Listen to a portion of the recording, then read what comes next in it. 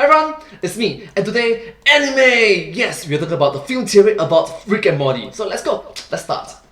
僕ミスっちゃった。ああ、シーズンそいつか。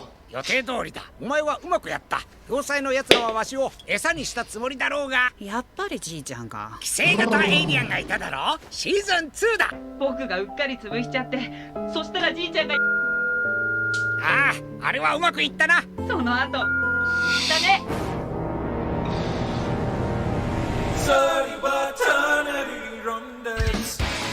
Did they just create an entire anime opening for this? Oh, wow! Film theory! ここから世界はとても小さい。でもそれは本当にですか。マビオたしビロの作り Who's the singer? They're just awesome. The drum. それでもできませんよ君。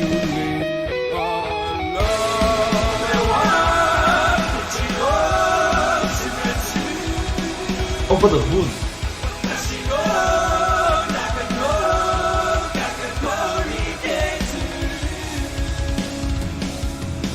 Wow, yeah, crazy, man. Hello Internet, welcome to Film Theory. Hello Internet, welcome to Film Theory. Hello. Sorry. The show where today we ask the eternal question, wubba lubba dub dub or wubba lubba sub sub, since we're talking about Rick and Morty, the anime. You Subscribe to my channel as well, thank see, you. the team behind Rick and Morty just dropped an anime short, their second mini anime episode of the year in fact, and normally this wouldn't be the sort of thing that I would dedicate an entire episode to. It's a fun little spin-off episode to keep the fandom engaged. Sure, fine, whatever, get a few extra views for your Adult Swim YouTube channel, get a bit more promotion to keep Rick and Morty on everyone's minds in the entertainment wasteland that is 2020. Yeah, I get it, you gotta run on that content treadmill, Rick and Morty, but Yes, back then there's the global pandemic periods. Heck, even right now in the year 2022, the global pandemic period is still going on. here's why I'm dedicating a theory to these anime shorts. I think they're important. Or at least I think this latest one is important to the overall canon of the show. So much so that I think it might be hinting at answers to the biggest mysteries left remaining in this franchise, including the history of Rick Sanchez and his past relationship with Evil Morty. No joke, Rick and Morty may have just told us everything we need to know about Evil Morty in an 8-minute made-for-digital anime, which, come to think of it, probably isn't the strangest thing that this franchise has ever done. So I read that line as if I'm surprised, but should I be? You see, the first anime short, titled Samurai and Shogun, was released in the before times, back in March of 2020, and follows a different Rick from the dimension WTM72. It's extremely cool and extremely bloody, but there's not a whole lot of substance beyond our characters riffing on old samurai movies like Lone Wolf and Cub. No, it's the second one here that really matters. Released just a few weeks ago, Rick and Morty vs. Genocider explicitly calls out that we're watching the adventures of C-137 Rick. 奴らは C137 リックを見つけるだろう。 Unlike the previous anime short, which intentionally distanced itself from the action of the show by pulling a random Rick from a random universe completely disconnected from what we watch on TV, this one very specifically is drawing our attention to the main protagonist. fact that this is C-137 Rick, and it's more than just a fun action romp. It's drawing on the events and themes, and most importantly, the characters of the canon of Rick and Morty, the TV series. But first, a bit of an explainer of what this video is all about. And I know that explainer portions of videos can sometimes come across as something that YouTubers do to pad out the runtime, but believe me, this video needs the explainer if the number of WTF did I just watch comments that this thing has gotten is anything to go by. Yes, to be honest, it's correct. A lot of explanation to do. So thank you so much, my pets. Let's continue. Short opens with Morty at the Citadel of Ricks. This video seems to take place after the Tales of the Citadel episode from Season 3 because it appears that everything is under the control of Evil Morty, who, if you recall, won the Citadel election at the end of that episode before promptly eliminating all his opposition. Now is the time for action.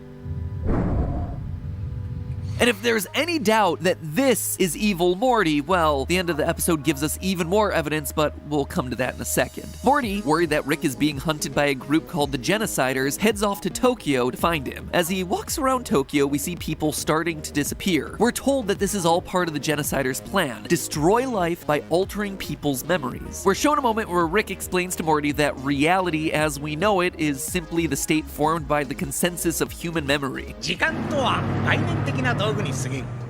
過去というのは記憶のネットワークで、未来はその記憶が生み出す現象だ。 If I can translate what I think this means, the past only exists because people remember and agree to certain events having happened. Without that consensus, the past is nothing. It's nebulous. It disappears. Those past memories then are like points on a graph.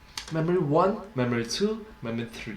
You connect those together to find out where you are currently. That is yourself in the present. And if you follow that line forward, you're projecting out to create a target for your future. But without those past memories to guide the way, to form a foundation upon which the present and future are built, everything collapses. Which I presume is why people are disappearing from the cities. Morty eventually makes his way to the last place in Tokyo that's still humming. The seediest place in the city, Shinjuku Kabukicho. For those who don't know, Kabukicho is indeed a real place. The entertainment and, more importantly, red light district of Shinjuku, Tokyo.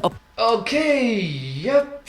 We are talking about Shinjuku. It's an awesome, wonderful place, awesome environment, a brilliant, marvelous location. Place filled with host and hostess clubs and the sort of hotels that charge you by the hour. It also has a really awesome robot restaurant with a really catchy theme song that plays at all hours of the night, where you descend down into a basement to watch animatronics create fire hazards literal feet from your face. I did a video all about that over on Game Theory. Yes, a few years ago, MatPat went to Japan, so awesome! Yeah! You can watch it in 360, in fact. That was a wild night. Anyway, it's not really explained how this is the one part of the city where there's still people. Maybe it's because people living in Tokyo's so-called sleepless town are always forming new memories, or maybe it's because they're boozing it up so hard that they never had any memories to begin with. But at any rate, this place definitely sounds like Rick's idea of a good time, so it comes as no surprise when Morty is able to find him there. Rick gives Morty a vial of some blue potion, saying, "Once I'm gone, take this. It'll make you Rip Van Winkle," referencing the old American folktale about a man who drinks a mysterious potion, falls into a deep slumber for 20 years, and then wakes up to a completely different world. At least, that's what the English subtitles are saying. If you listen to the original spoken Japanese dialogue, Rick actually tells Morty that drinking the vial will turn him into Urashima Taro. Here, I'll play it for you. 浦島太郎になれるぞ。 Did you hear it? Urashima Taro is a character from an old Japanese folktale about a fisherman who leaves home on a fantastical adventure and returns to discover that 100 years have passed in his absence.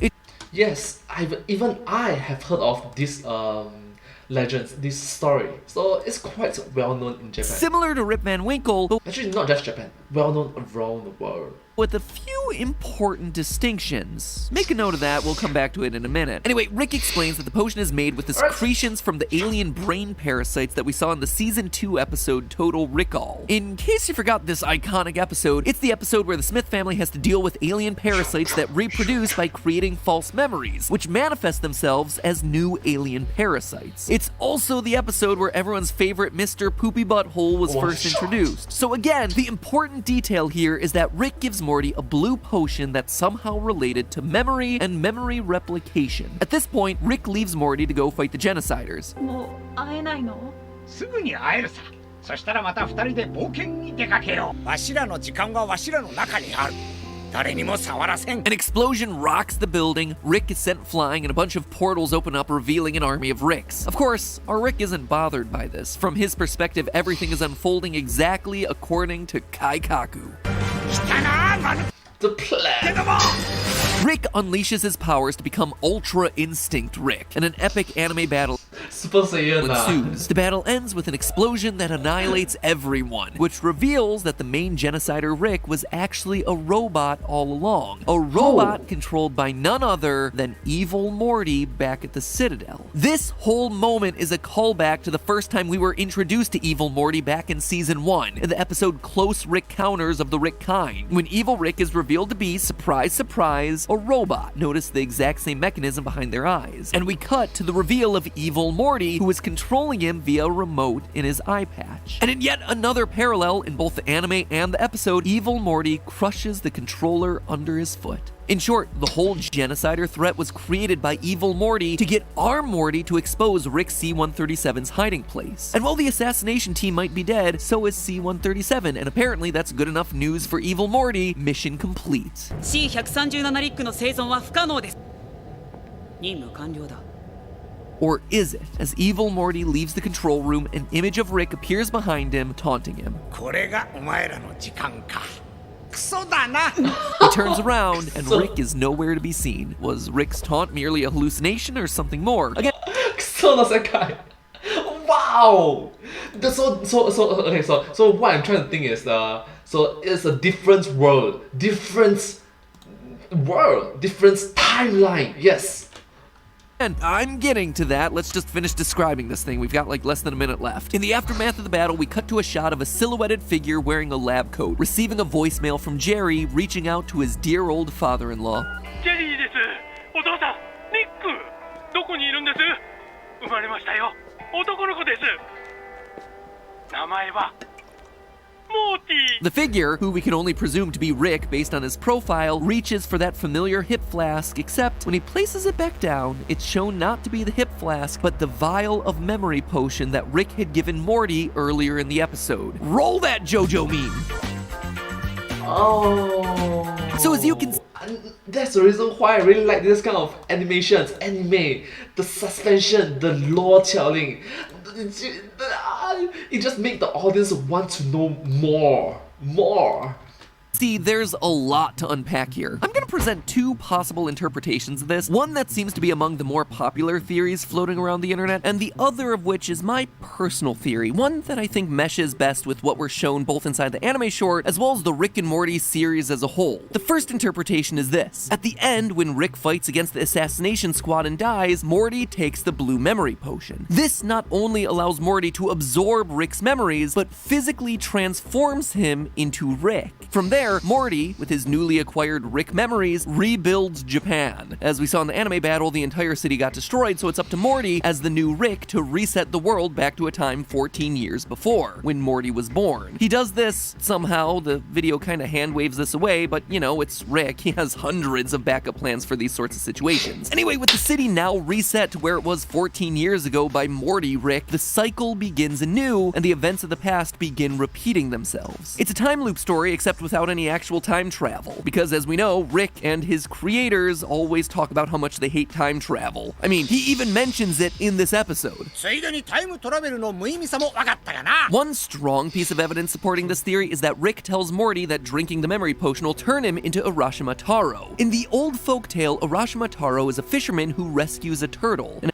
Yes, story time. as a reward, the turtle takes him on a magical adventure down to the Dragon Palace beneath the sea. There, he meets with the princess Under the sea. Toime, and spends what he believes to be several days there. Eventually, he asks to go back home and is given a mysterious jeweled box. The princess tells him that the box will protect him, but that he shouldn't open it. Taro returns home and discovers that although only a few days have passed for him, more than 100 years have passed back home. Everyone and everything that he remembered from his home village is gone. When he opens the forbidden jeweled box that he was given by the princess, he becomes an old man. Now, a lot of things fit here, mostly the idea that when Morty drinks the potion, he literally becomes an old man. He becomes his grandfather Rick. After all, Rick did tell him that the potion, when consumed, would turn Morty into Urashima Taro. Maybe he meant it a bit more literally than any of us could have imagined. A similar but slightly different interpretation is that Morty isn't transformed into Rick by the potion so much as he naturally grows up to become Rick. That this final scene isn't a time loop or anything like that, but rather a shot from many years later when Morty is himself an old man. In other words, what we know of as Rick is just an old grown-up Morty. Morty survives the battle against the genociders and goes on with his life. At some point, he drinks the potion and gains Rick's memories, but it does nothing to him physically. Morty just grows up and lives out his life. The idea that Morty grows up to become his own grandfather, or that Rick is just an older version of Morty, is certainly a strange one, and certainly a bit confusing, but it's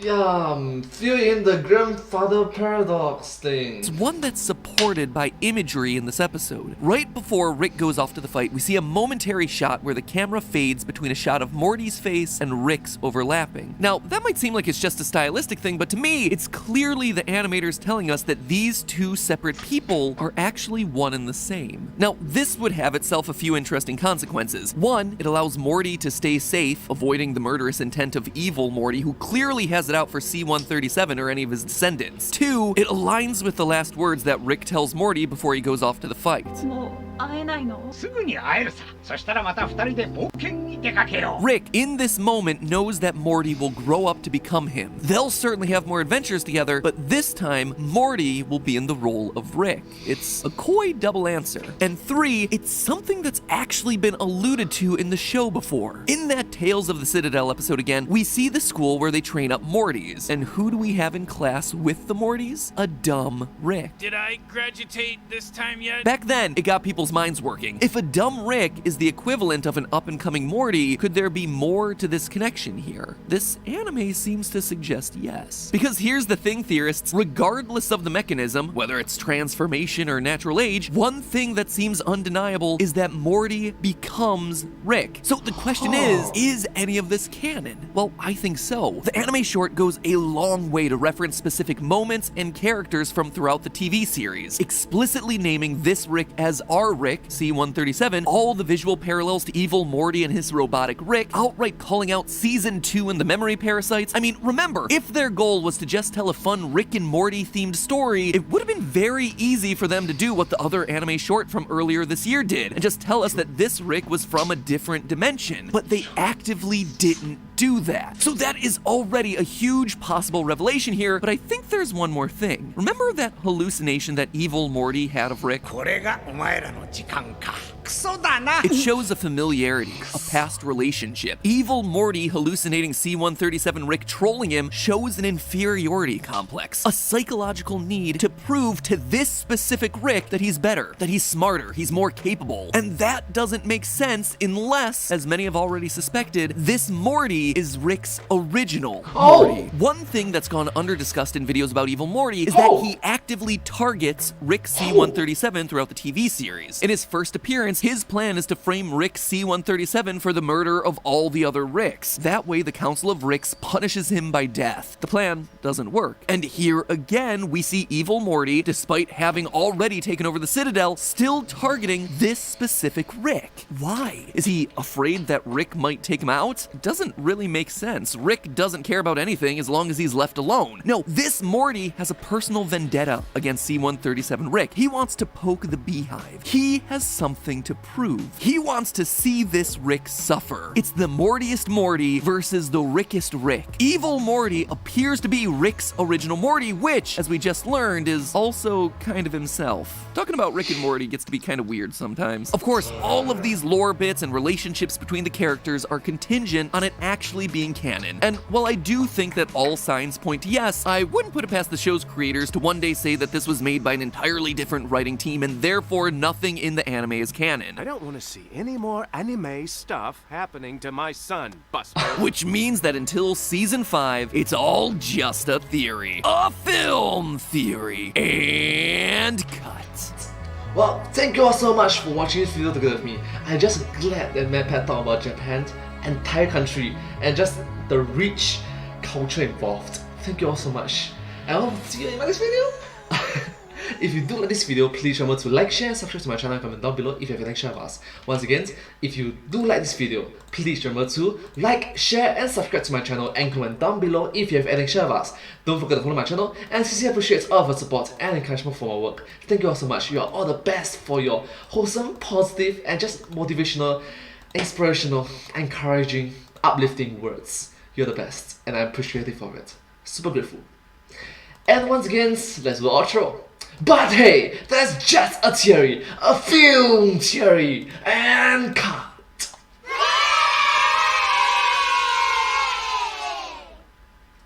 And I hope to see you all in my next video. Bye bye. Subscribe.